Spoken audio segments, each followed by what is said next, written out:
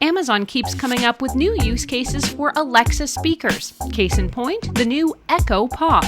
So what is the Echo Pop for and what sets it apart? It seems to fill a hole for those looking for a more affordable Echo speaker to kickstart their foray into the Alexa ecosystem, or for those who want to expand an Alexa-powered smart home.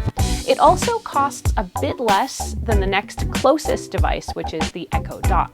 To have a dance party, ask me to play music everywhere. In this hands-on review, I'll see what you get, or maybe more importantly, what you don't get. I'll look at the sound quality and any other features that stand out, and I'll wrap things up by telling you the pros and cons overall and let you know if I can recommend Echo Pop to you.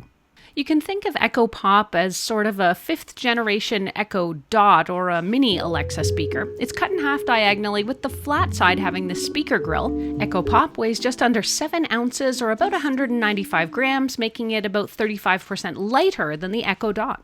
Despite that, Amazon managed to cram a 1.95-inch driver into the speaker body here. It also uses the same neural edge processor as the current Echo Dot, which is actually really good because it helps Alexa respond much faster to your voice than older Amazon Echo and Echo Show products, even if those ones have superior speakers and microphone arrays. A small LED light arc on the top of the Pop is your notification bar. One new notification. Setting up the Echo Pop here is as easy as every Echo device I've ever tested.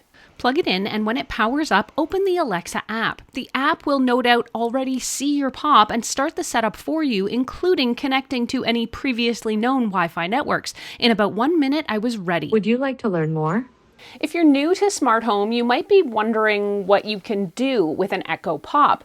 The Echo Pop will do almost all of the same things as any other Echo audio device.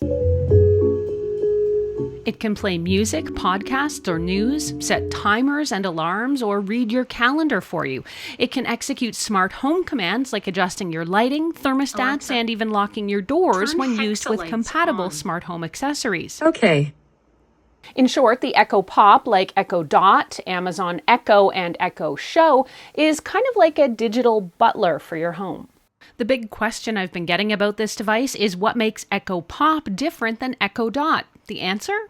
Quite a bit, actually. If you're torn between these two Amazon Echo devices, I'll lay out both the pros and the cons so you can decide if the Echo Pop is really worth a small amount of savings. Perhaps the most obvious main differentiator for Echo Pop is the fact you can get these in more fun colors. We'll call this a Pro. While the size of the speaker isn't as small as some of Amazon's older Echo Dots, the Echo Pop is kinda smaller than the current Echo Dot, making Pop a more worthy choice for small spaces like the bathroom or a small nightstand. For some users, this might also be a Pro. The Echo Pop has only 3 internal microphones as opposed to the 4 found in the Echo Dot, so this does make the Echo Dot a bit more capable in capturing your voice from a greater distance, for example. The best way to counter this is to simply put the Echo Pop in a smaller room. This also makes the Echo Pop, though, slightly less effective as a device for triggering Alexa routines, which are based on sound detection. So we'll call this a potential con for some use cases, but I didn't notice it struggling during my testing. If you have an Eero router, you can configure the Echo Pop or the newer Dot as a wireless access point to your home mesh network. Great for a larger house with spotty Wi-Fi. You set it up in the Eero app, and since both our devices here have this, we'll call this one a tie. There's no hardware in the Echo Pop that allows motion or temperature detection. That makes it impossible for this speaker to perform any routines you might have that are based on temperature readings or people being present in the room. Newer Echo Dots do have a temperature sensor and an ultrasonic motion detector. You could view that as a positive, though, if you're privacy conscious and you'd prefer not to have motion detection. It does at least feature an accelerometer, but tap gestures will only work for alarms and not for pausing or resuming your music.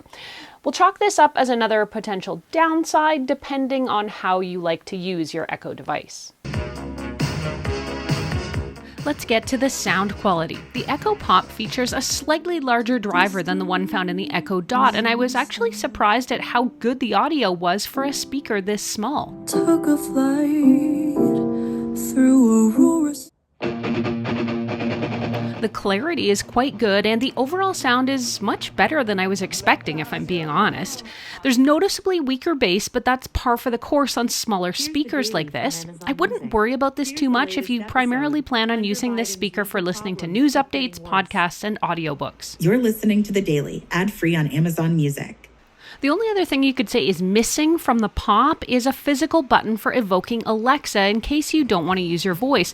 But I've never actually used the Alexa action button on any Echo device, so I'm not going to mark this as a con despite it being missing. Overall, justifying the purchase of an Amazon Echo Pop is really all about finding your personal deal breakers. Honestly, at this price point, it's hard to be harsh about what it doesn't have, particularly when compared to what it does have, and there's even a few things the Pop has that the Dot doesn't. So let's hit on the pros. It's got a Wi-Fi extender, a much smaller footprint, and still decent sound quality for its size. Plus, with simplified controls, it still performs admirably as a voice-controlled speaker, and that's even without one of the potential cons, which is the extra microphone for hearing you call for it. Other downsides? I actually really appreciate having the clock that comes with the Echo Dot with clock, both where I use it in the bathroom to keep an eye on the time while I'm getting ready, and if you're going to use it as an alarm clock. It's actually a big omission in this device as far as I'm concerned, but since Amazon doesn't promise you it's going to have a clock, there's really no points lost here in terms of the overall review. The other missing features like the Alexa button or the temperature and motion sensors similarly don't ring any alarms for me. In short, the beauty of the Echo Pop is that it's a fun and surprisingly capable small space Echo device, and I can definitely recommend it for you. Echo Pop sells for about $54 Canadian or $39 US, and you can get one, not surprisingly, from Amazon. But if this isn't cutting it, check out your other options like a personal favorite, the Echo Dot with clock, or see what you get with a screen in the Echo Show right now.